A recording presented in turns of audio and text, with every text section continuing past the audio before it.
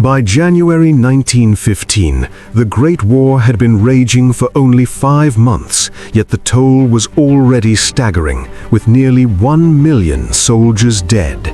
What started as a localized conflict in the Balkans had rapidly transformed into a global catastrophe. The Central Powers, the empires of Germany, Austria-Hungary and the Ottomans, faced off against the Allied Entente, Great Britain, France, Russia, the kingdoms of Serbia and Montenegro, Belgium and Japan.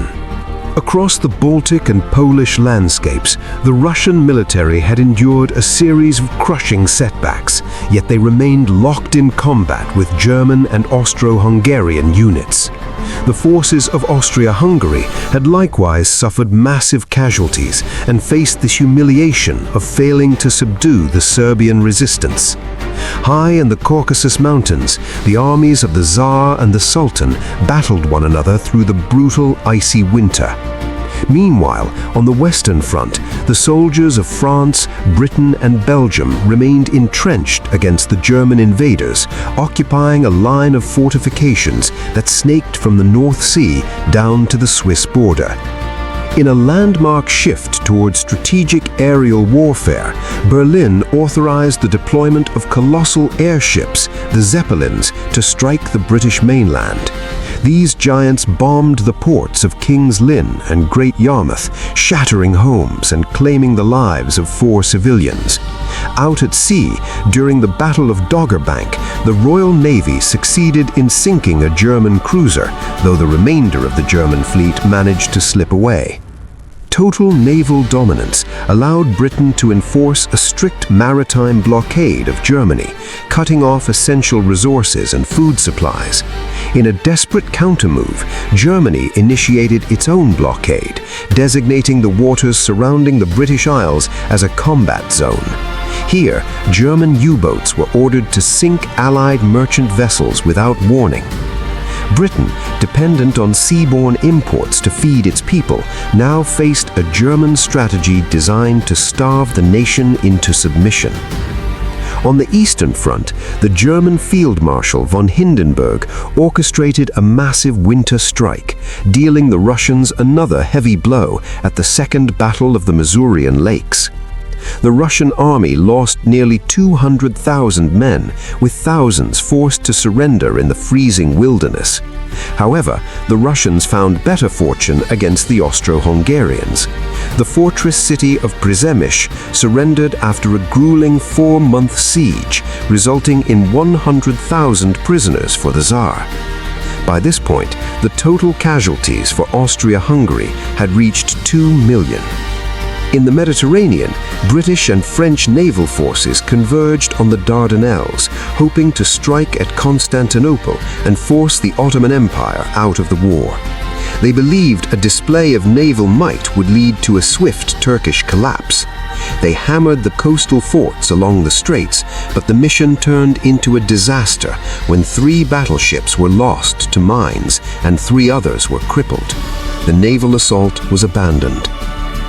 Back on the Western Front, the British launched an attack at Neuve-Chapelle, but their momentum was swiftly broken by the lethal combination of German machine guns and barbed wire. British and Indian divisions suffered 11,000 casualties, a quarter of their total force. 6 weeks later, during the Second Battle of Ypres, the Germans unleashed poison gas for the first time in the West. A wave of suffocating chlorine gas forced the Allies to flee their lines, but the German High Command lacked the reinforcements necessary to seize the opening. Soon, soldiers on both sides were issued primitive respirators as a terrifying new era of chemical warfare began. The Allies then attempted a ground invasion at Gallipoli, deploying the Australian and New Zealand Army Corps, the Anzacs. Their objective was to neutralize the Turkish forts to clear a path for the Navy. However, they were met by a ferocious Turkish defense that trapped the invaders on the narrow beaches. Just a day before this landing, the Ottoman government began the organized deportation and slaughter of the Armenian people living within the empire. The Armenians, a long-suffering minority, were accused of aiding the enemy. tens of thousands were marched into the Syrian desert to perish. In total, more than 1 million Armenians were lost. The Allies denounced these massacres as a crime against humanity, vowing to bring the leaders to justice. To this day, the Republic of Turkey disputes the scale of the tragedy and rejects the label of genocide. On the Eastern Front, a combined German and Austro-Hungarian drive through Galicia shattered the Russian lines, reclaiming Przemyśl and capturing another 100,000 men. This marked the start of a long, painful Russian retreat. At sea, tragedy struck when the British liner Lusitania, traveling from New York, was struck by a German torpedo off the Irish coast. 1,198 souls were lost, including 128 American citizens. While President Woodrow Wilson and the American public were consumed with rage, Germany maintained that the ship was a legitimate target, alleging she was carrying war material. By May, the Allies initiated the Second Battle of Artois. The French focused their strength on Vimy Ridge, while the British supported them at Augres Ridge and Festubert. The result was 130,000 Allied casualties for a gain of only a few thousand yards. That summer, the skies over the front were dominated by the Fokker Eindecker, equipped with a revolutionary interrupter gear that allowed a machine gun to fire through the propeller. German pilots decimated Allied squadrons in what became known as the Fokker Scourge. Seeking territorial expansion at the expense of the Habsburgs, Italy joined the Allied cause, declaring war on Austria-Hungary and eventually the Ottomans and Germany. The Italian military launched its first major offensive along the Isonzo River, but was beaten back with staggering losses. Meanwhile, on the Eastern Front, the Entente faced total collapse.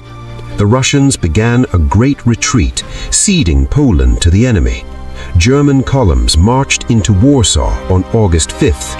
In response, Tsar Nicholas II removed Grand Duke Nicholas from power and took personal control of the military, a move that would eventually link his own fate to the army's mounting failures.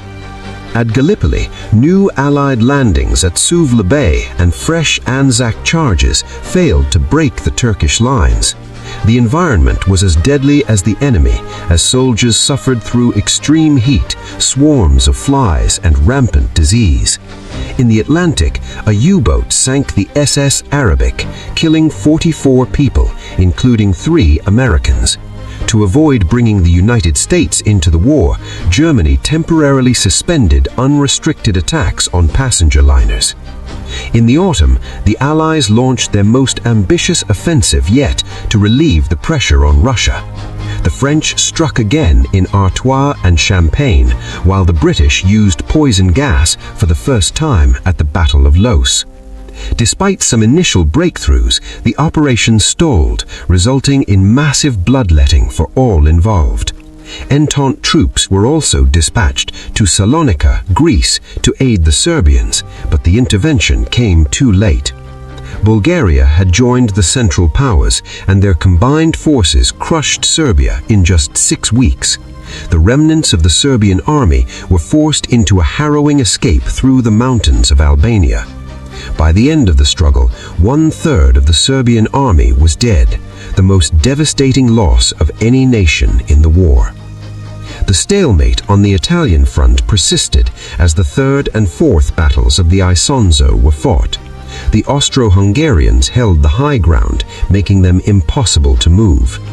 In the Middle East, the British march toward Baghdad was halted by the Turks at Ctesiphon. The British were forced back to the town of Kut, where they were surrounded. Finally, the Allies admitted defeat at Gallipoli. In December, 83,000 men were evacuated in total secrecy. Remarkably, not a single life was lost during the withdrawal. The failed campaign had cost 250,000 casualties on each side. 1915 ended as a year of profound sorrow for the Allies. Millions were lost for virtually no progress. Yet the warring nations remained defiant. As 1916 approached, every power prepared for even more massive strikes, convinced that a final, decisive victory was just one battle away.